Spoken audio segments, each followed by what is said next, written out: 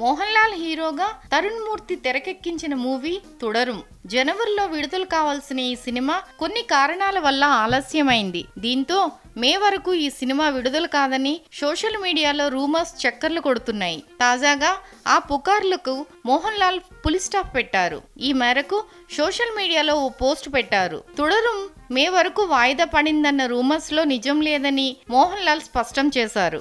ఈ సినిమా విడుదలకు సమయం వచ్చేసిందని, ఏప్రిల్ 25న ప్రేక్షకుల ముందుకు రానుందని పోస్ట్ చేశారు. ఈ మూవీలో మోహన్ లాల్ కు జోడీగా శోభన నటించారు. తుడురుంలో మోహన్ లాల్ టాక్సీ డ్రైవర్ గా, మిడిల్ క్లాస్ హస్బెండ్ గా కనిపించనున్నారు. కారు, కుటుంబం చుట్టూ ఈ సినిమా కథ తిరుగుతుందని సమాచారం.